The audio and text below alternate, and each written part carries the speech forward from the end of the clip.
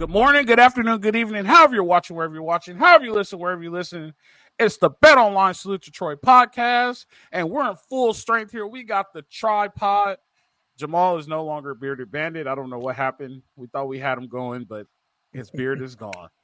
But man, it's 3 days, bro. At 3 days, it gets too scratchy for me. I can't handle it then, you know? It's too long and scratchy. 72 hours, then I got to shave it off. You have to get past that 7-day mark. Then you got to get past 7-day mark. I mean, 7-day mark. You're going to start getting me confused with people on most wanted lists at 7 days. You know, you don't want that. So, yeah, once you get past the rough stage, it's all good. You just got to comb in and take care of it. There you go. You guys are both very strong beard game for both of you gentlemen. Absolutely. It's getting ready for the season. Is there any shaving going to be taking place pre-LSU, or is this kind of a, hey, no shave until LSU? Well, I feel like I got it since our little bet. I got to wait till Michigan now. So then I'll just keep it going. And then if they beat Michigan, then it's all coming off. So I might as well keep it rolling. 3-0, and it comes off. Yeah. Ooh, that's going to be a rough Wisconsin game the next week. Definitely. Speaking of that, how are you doing, Jamal? Doing the well, Madman. Guys. Great to see you guys. Great to see you guys. Absolutely excited to talk. I don't think I've talked to you guys since Big Ten Media Day, you know, so that was so much fun. And, I got to give a big shout out to, LAFB at Big Ten Media Day. And our man, Will the Thrill, who was on last week, you know, he was going crazy on Big Ten Media Day, you know, even though he's covering the crosstown rivals in the scrum with Lincoln, asking Dan Lanning questions, Brett Bielema questions. The guy was on TV everywhere. So big shout out to Will the Thrill, you know, doing the yeoman's work, you know, for the entire conference. It felt like, you know, what a great job that was. LAFB was repping strong. I say this all the time. I always tell Will the Thrill it's not too late to be a Trojans fan. No, man, but you see, he's got such great heart. He's UCLA through and through. But he went into the scrum, asked Lincoln questions, asked all the SC questions because he cares more about LAFB than anything else. You know, that's the ultimate logo at the end of the day. As are you, Coach. You've come to a lot of UCLA folks' aid in the past as well. You know, so it's you guys. There's a heart of gold. Heart of gold. Ryan, what's your beautiful Southern California background? Woo! How are you doing today? And do you want to tell people where you are?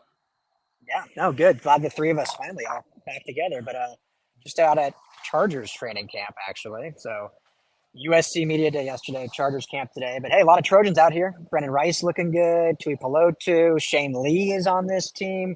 Keo McDonald, former running back coach, is now the running back coach here. So a lot of ties. But, good to be with you guys. That's good. So, big news coming out of the weekend. I know we're a little bit late. A lot of people reported it, but we kind of predicted it. You know, we predicted it and said maybe it is going to happen, and we knew what we had to do. If there was a they do Recruiter of the Year, but I don't know if this guy's eligible for it. But Julian Lewis is the Big Ten Recruiter of the Year. I don't care what anybody says. This dude is hard to go. He goes out and he recruits his guys in the state of Georgia, and he got them there. And Perlotte is now officially committed to the University of Southern California.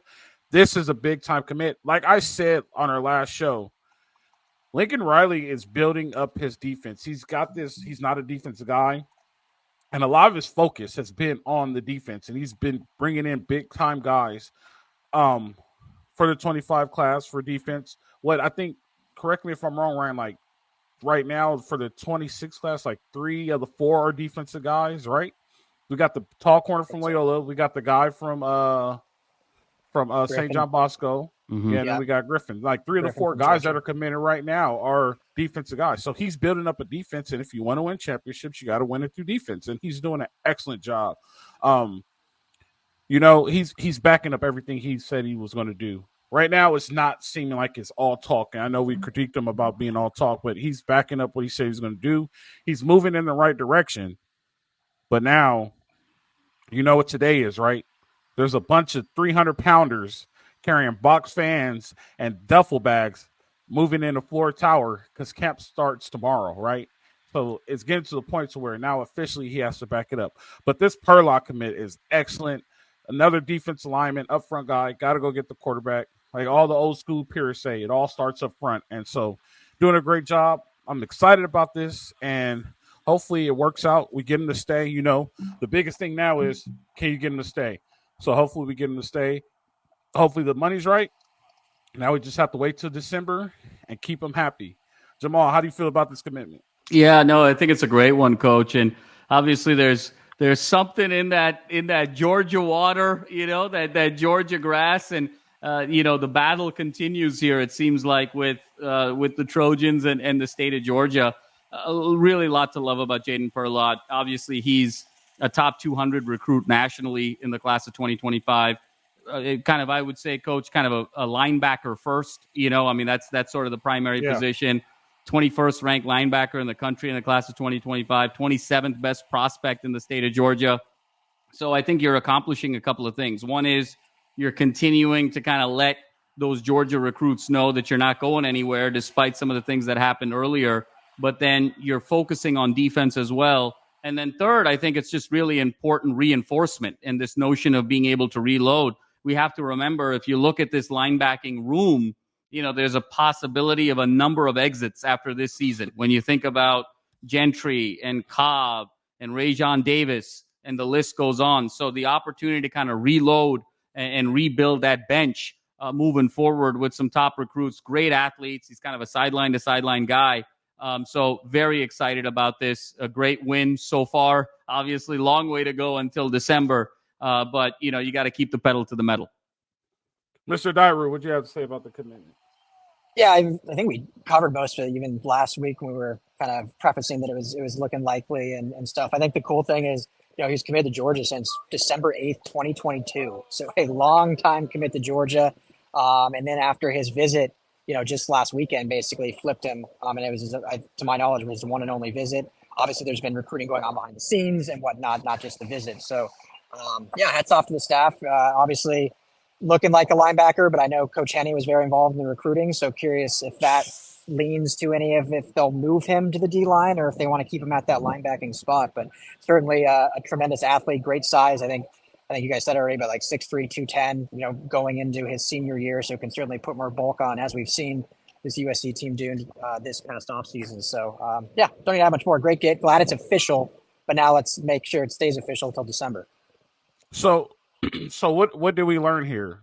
The lessons I've been telling people the whole time, even with our guys who committed early, don't let your kids go on other visits, because the prettiest girl is what have you done for me lately. You always have fun on your visit and you're ready to commit, and they got them to commit. So don't let our kids next year go on visits, Lincoln. Once they commit, keep them off the visit trail.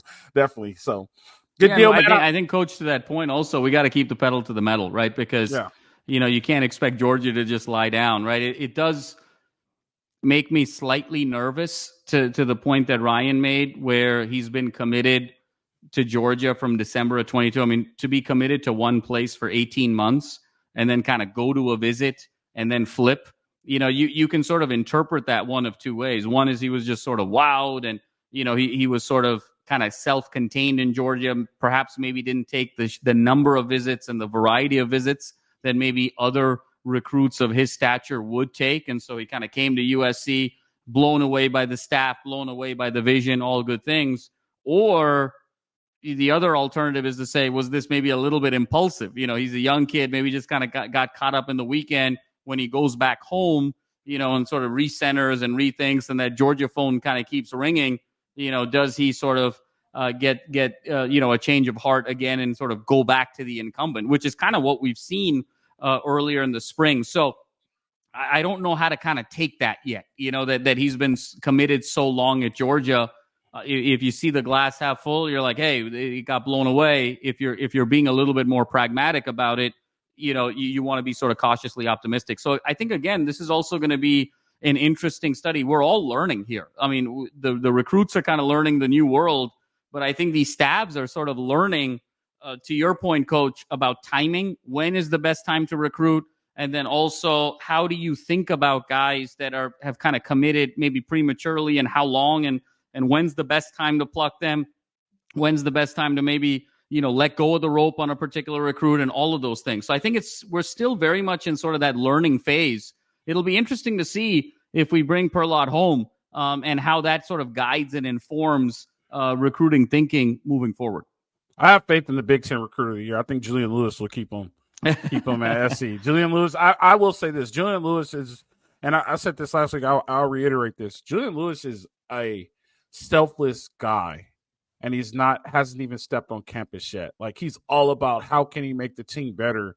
And there's been like multiple occasions where he's been the guy to help bring a guy home, or he's been the guy to help a guy commit, and he's out there recruiting and trying to get people to go to SC, and he hasn't even practiced one day yet. He still has a whole nother season of of high school football, but from what he's shown so far shows that he's really selfless and he's really a team guy. And I hope that translates to his time at USC. Like, my hat really goes off to him. Like, I'm already a big fan of him, and he hasn't even played yet. Even if it doesn't work out and he ends up like not being the guy, I will still be a big fan of him. Hopefully he stays in the Cardinal Gold the whole time, because I mean, that's what a Trojan truly is right there. It's not about the number on the name on the back of your jersey. It's about the interlock SC at the V. So definitely, my hat goes off to Julian Lewis. I just had to say that. So Big Ten Recruiter of the Year, man. I'm proud of you, and hopefully we do get him to come home in that second week of December or first week of December, whenever the new signing day is. Hopefully that DocuSign comes through and it works out. So yeah, that's all I have on that. You guys have anything else? Nope, all good. So yesterday was a big day at before we go to that, have you guys seen the new field yet? Yeah. I am so jealous of that. I am so jealous of that. Like, they kept the grass field and they added the turf field and they got rid of that half 50-yard field. All we had was the half 50-yard and the full field, like, crammed in. Like, now I am so jealous of that, man. Them dudes are getting taken care of. Apparently there's rumors coming out like this new facility is going to be out of this world amazing. I wonder if that has a little bit to do with it too. I know facilities aren't really a thing anymore. That's a thing of the past. But I mean, seeing something like that has to make you like, man, I get to use this thing like it's the first time. Like, I am so jealous of that thing. That thing looks amazing. And it's only a field. You know what I mean? Like, like I said, we only have the half field and the full field. Just two fields out there now. Like, it's starting to look like a college football facility, if that makes sense. Yeah, no, for sure, Coach. It's, what's interesting is obviously there's going to be kind of the balcony, right, view of multiple floors on sort of that, my geography is so bad sometimes. I don't know if it's the south side or, kind of that, inner to campus. It's the south. It's the south. It's the south side. And so, but what's kind of a secret great place to sort of see that field, Coach, is when you're playing basketball on the third floor in the Lions Center, and you sort of go out, right outside where the two courts are. And then you sort of see the window, and that's kind of an ideal little peeking spot to kind of check out practice. So I think, Coach, to your point, obviously facilities aren't what they were 10 years ago, 8 years ago in terms of stature and in terms of kind of an enabler to get recruits. But again, what it shows is it's a symbol for how serious you are about football on your campus, right? And so the bigger the footprint you have as a football program on a physical campus, not in some satellite location, not in some adjacent place down the street, but really inside the heart of campus, that's subliminally and directly telling recruits, look, this is a serious place about football, and the investment is there, the excitement is there, and there's really kind of an emphasis on being great in football. So I don't think it's the enabler that it once was, but I think it's all very positive. And I think, to your point, it's going to make recruits kind of raise their eyebrows for sure. What are they doing with the Makai Center? Do any of you guys know what's going to happen to the Makai Center? I think it's still going to be there. Yeah. I think this is an and. I mean, I don't think it's not like replacing the Makai Center in any way. But isn't the new thing so the new thing is just a football facility? Yeah. Oh, about time. Oh, yeah. They're about time. Old Heritage Dideau Field, right? It's like curved around there. Yeah.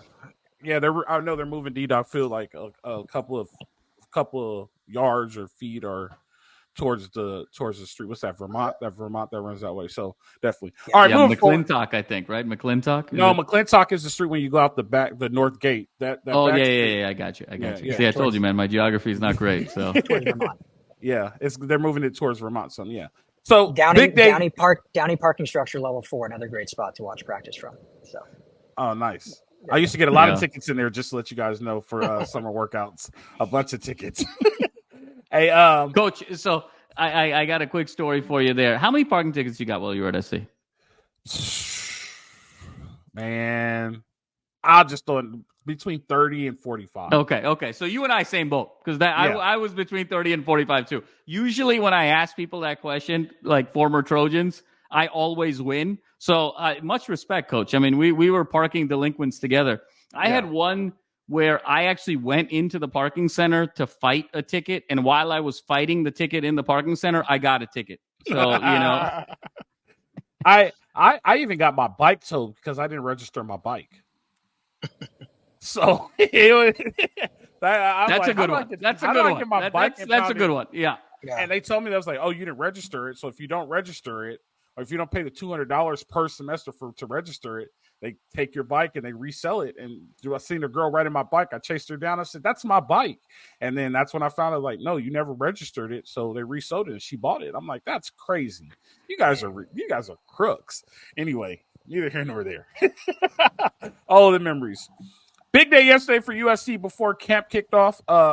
Media day, which is a new thing. All we had was Salute to Troy, but college football is evolving. Professional football is evolving. Like if you saw today, the new kickoff, which I'm actually for, but that's a conversation for another day to explain why I'm for it. But they have these big media days now before camp kicks off. USC had their media day yesterday. It's no longer just Salute to Troy. They have a media day, and then sometime in camp later, they'll have Salute to Troy, which, Ryan, we should try to get to that. We should see if we can get press credentials to go Salute to Troy. That's a big deal. And then, so our man Ryan Dairu was there live and direct. He's a traveling man. He's been in Indy. He's in El Segundo right now with the Chargers. Yesterday, he was at media day.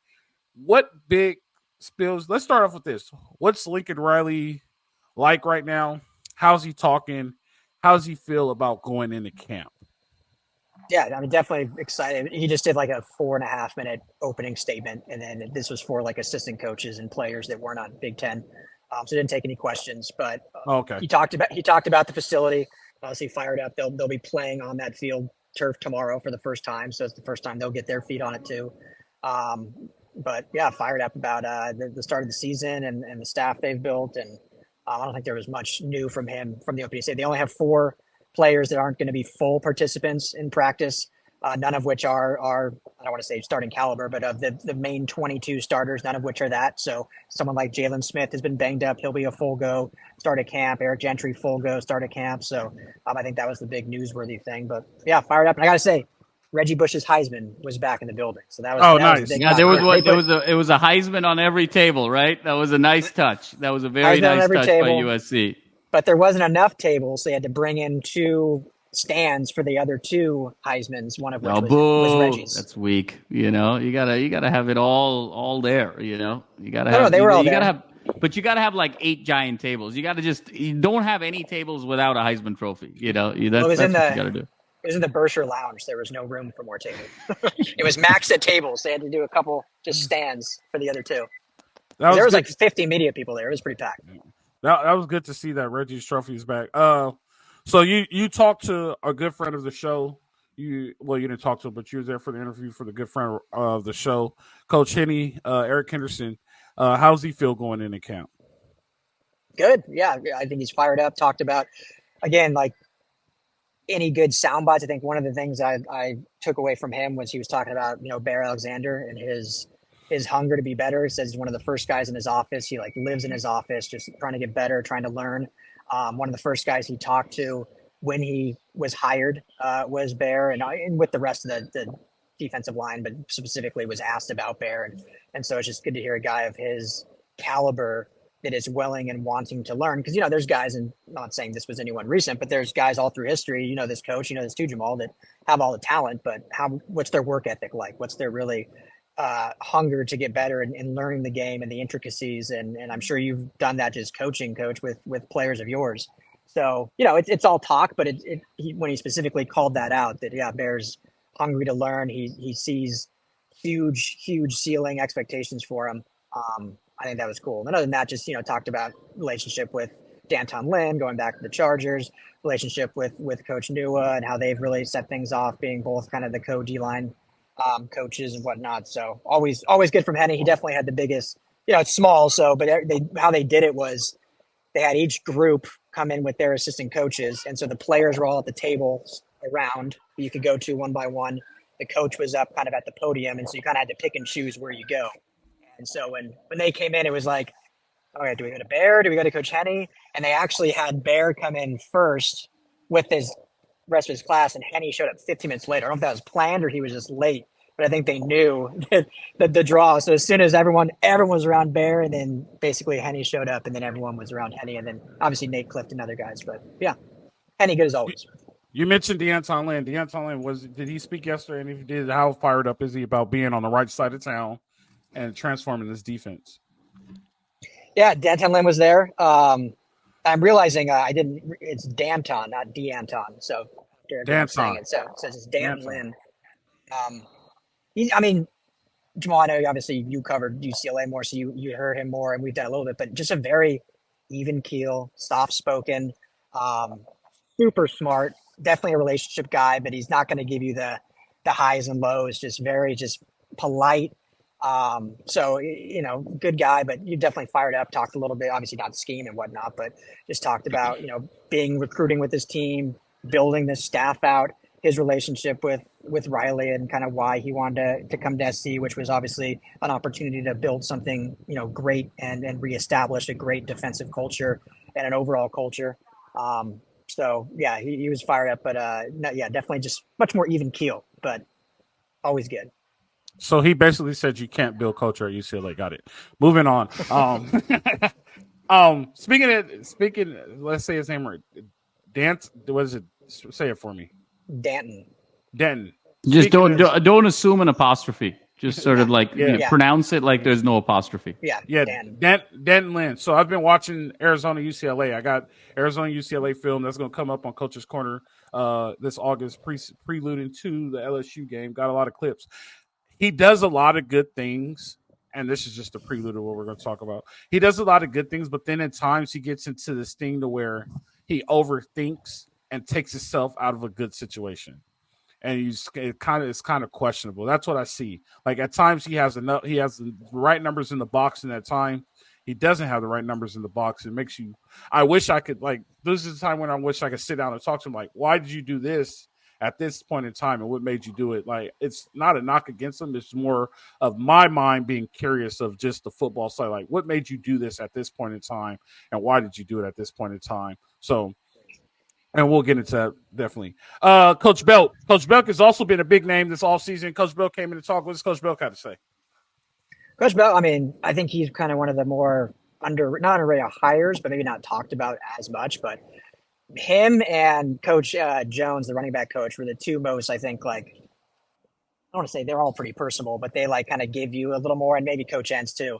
But Coach Belk was great, super knowledgeable, obviously. My big takeaway from all this, because again, it's a media thing, so you're not going to get crazy sound bites since everyone's pretty buttoned up in what they're talking about. But just the knowledge this staff has is pretty unquestioned. Because this is my third year now, so I was at 2 years with the other defensive staff, and I'm not saying they're dumb. I'm not putting that out there, but just the fact that you have all of these guys have been either DCs or head coaches. Like, you can tell the way they talk and the way they prepare and the way they answer questions. And Belk, has been a DC and obviously with Houston. So I talked to him more about, what it's been like collabing with this coaching staff, like how fun is the collabing and how do you guys kind of riff off each other. And so, he mentioned, and we have all these interviews up, by the way, on our YouTube that everyone can watch, but just talked about how the collaboration is great. And you never know. I think one thing he said is you never know when you have this much smart minds, like, is it going to butt heads or is everyone going to collaborate well? And he said it's been a tremendous collaboration, and they can all kind of, hey, this is what I did as DC, and we'll get to Coach Ents, but this is what I did as a head coach. And so the collaboration has been great, and they're able to kind of pinpoint certain things. And Belk obviously works really closely with Dan Lynn, because Dan Lynn being a secondary guy first before being DC, they kind of have built that secondary scheme together. So, but Belk was cool, man. He was a super cool dude. So, coaches, I have an interesting question for you. I don't even think anybody even thought to ask this question. He's coming from being a head coach at one of the most prestige Division I AA schools, North Dakota State. he's coming here to become a linebacker coach, not even the defensive coordinator. And how does that help Lincoln Riley any source? Does Lincoln Riley, and I don't know if this was mentioned or not, but does Lincoln Riley lean on him to get any head coaching advice? And what is the respect like amongst him with his peers? You must have watched the press, because I did kind of ask that nice. in a roundabout way. I basically asked, like, how have you been able, with head coaching experience, been able to maybe not influence, but help, Coach Riley in head coaching circumstances. So he said it's been great. Like, he's like, Riley's the coach, like, I'm the linebacker coach. So what, to your first part, kind of you alluded to, he said, aside from the opportunity to come to Southern California, one of his big reasons for taking that to linebacker was because he could truly just be like a coach again, kind of like what Chip Kelly did, right? Going to Ohio State, just truly just coach the guys, recruit, but not have to be the CEO, the admin, all the boosters, do all that stuff. He could just get down to football. So that was something that he really loved, but he can still bring that head coaching mentality, which he does. And you hear the linebackers talk about it. Easton Mascarenas-Arnold and all these guys are like, Entz is a head coach, but he's our linebacker coach. The biggest thing I think hopefully Trojan fans will like, before I just ramble more, is he did mention he's been, I don't want to say working extensively, but certainly helping with special teams. So, which is an area obviously everyone likes talking about because there's no official special teams coordinator, but coming from a program, being the head coach, obviously overseeing some special teams while being the head coach, I think any advice he can give is warranted. And he said Riley's been super receptive to basically any conversation they have. So actually, that's a normal thing before they added the 10th coach, position coach or some type of coordinator. Like Tom McNair was our special teams coach. Like he was in charge of special teams. And so it was Tom McNair my first year, and then it became Dave Watson. Dave Watson took over all the special teams, but each individual position coach had a special team that they were in charge of. And it was like that when I was coaching because we didn't have a super huge staff. So each individual coach had, so that's kind of a thing of the past and classic. So it's not anything new. I think it's just more forgotten. And I think that works better because it keeps you more involved. If you have just a special teams coach that does all the special teams, I think you kind of separate yourself and you lose that part of the game, if that makes sense. And so a player really can't ask you a question. It keeps you in tune to the game. It's my opinion, but what do I know?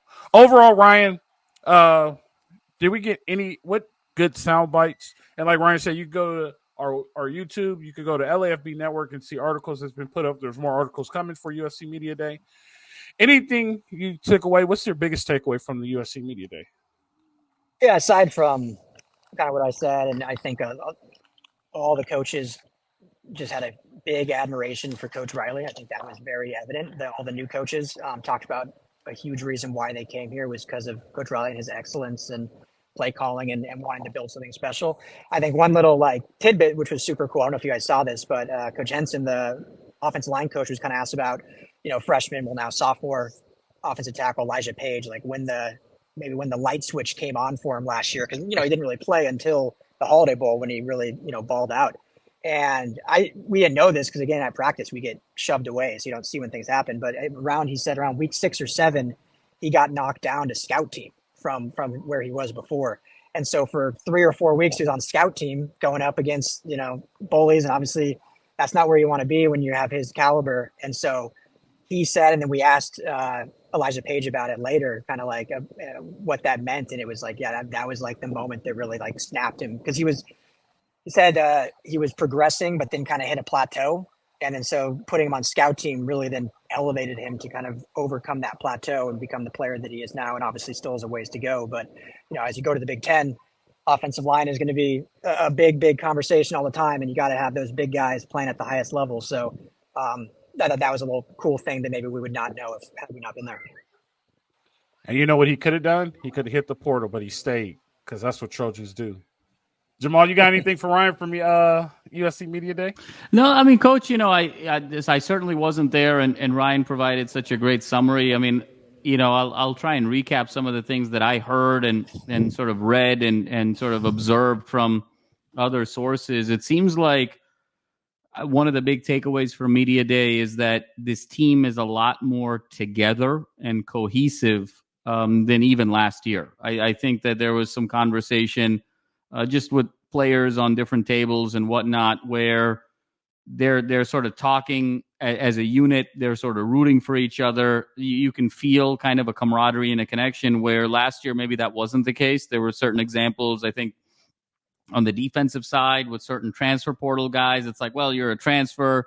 What have you done here versus a guy that's been there long term? So there were these kind of divisions. And I thought what was really interesting, there was kind of a reference at Media Day to last year, perhaps the wide receiver room not being maybe as connected and cohesive. It seemed like there was some tension there, and I don't know if it was specifically with Tahj and Brenden or what, but there was definitely kind of an undertone that last year maybe there was some tension there in that room in particular. And this year, all these guys are rooting for each other. They're all kind of the same age, so they're all kind of sophomores together going through the same experiences. So I think that's kind of one big takeaway.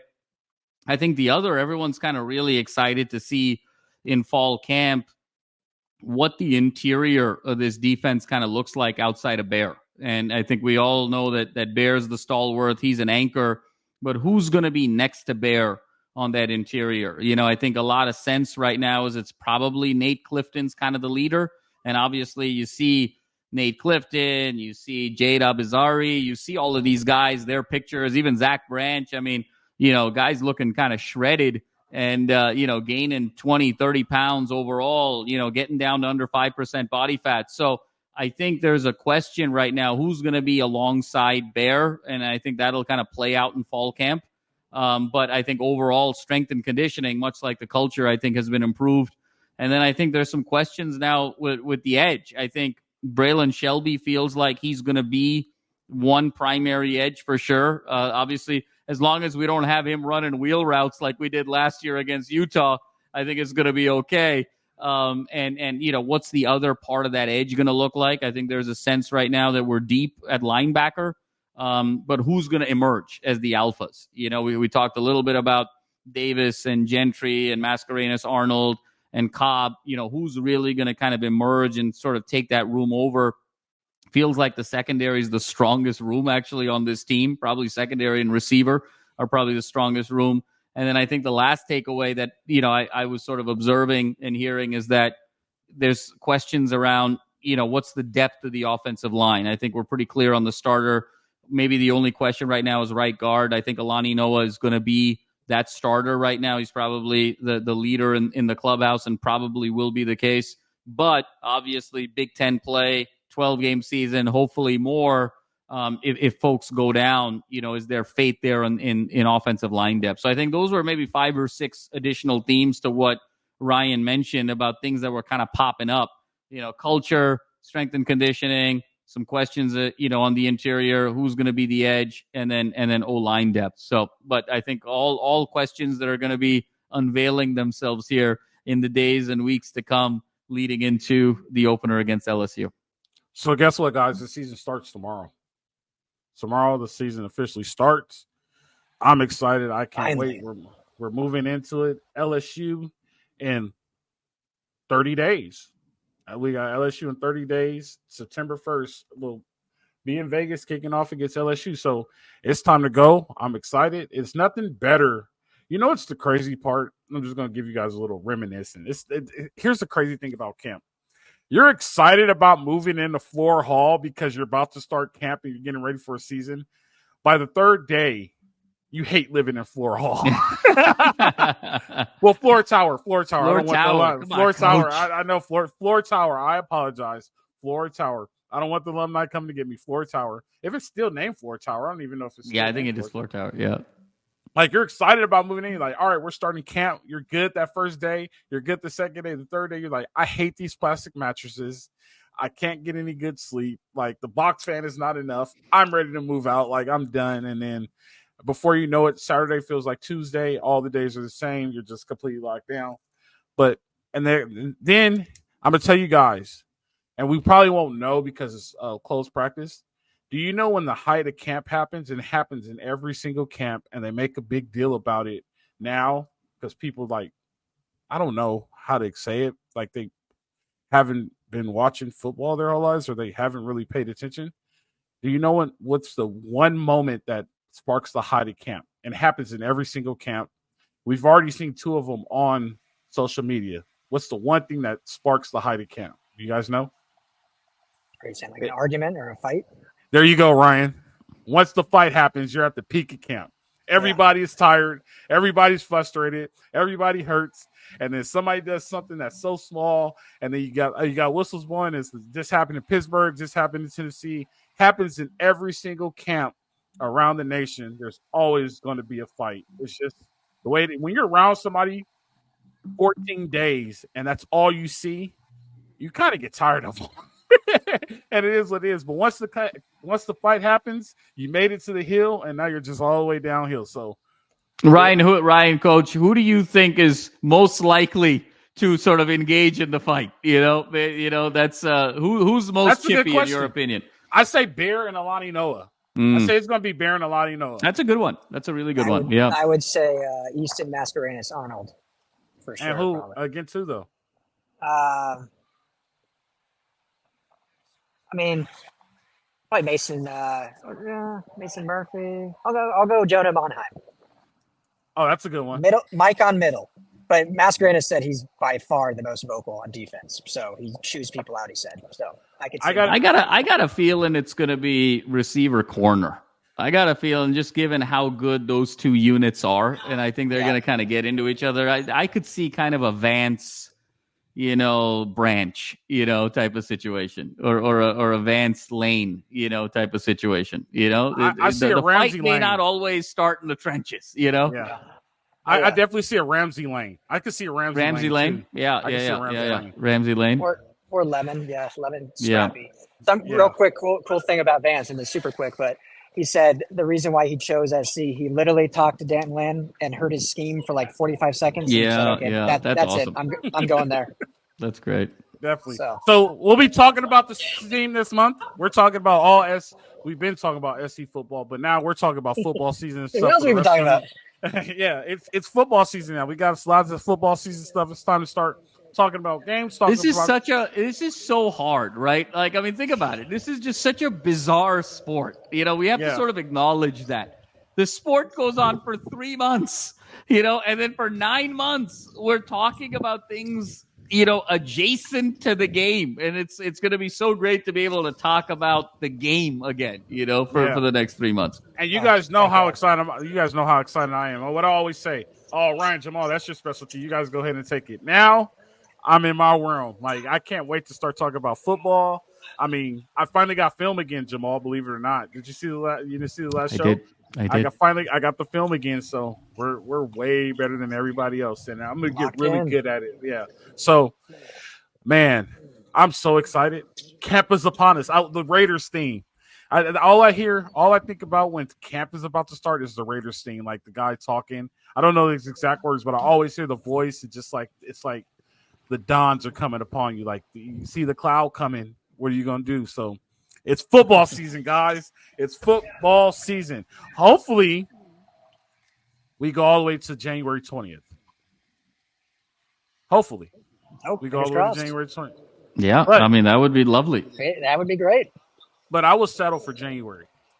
I mean, we'll be going regardless, but show never stops. Well, I mean, hopefully we have a team to talk about I think you got to caveat that, Coach, a little bit. It's like we're going to January, but like, the real January, I don't want to be playing in the Cactus Bowl, January 4th before the playoff, No. I mean, the playoff. You're right.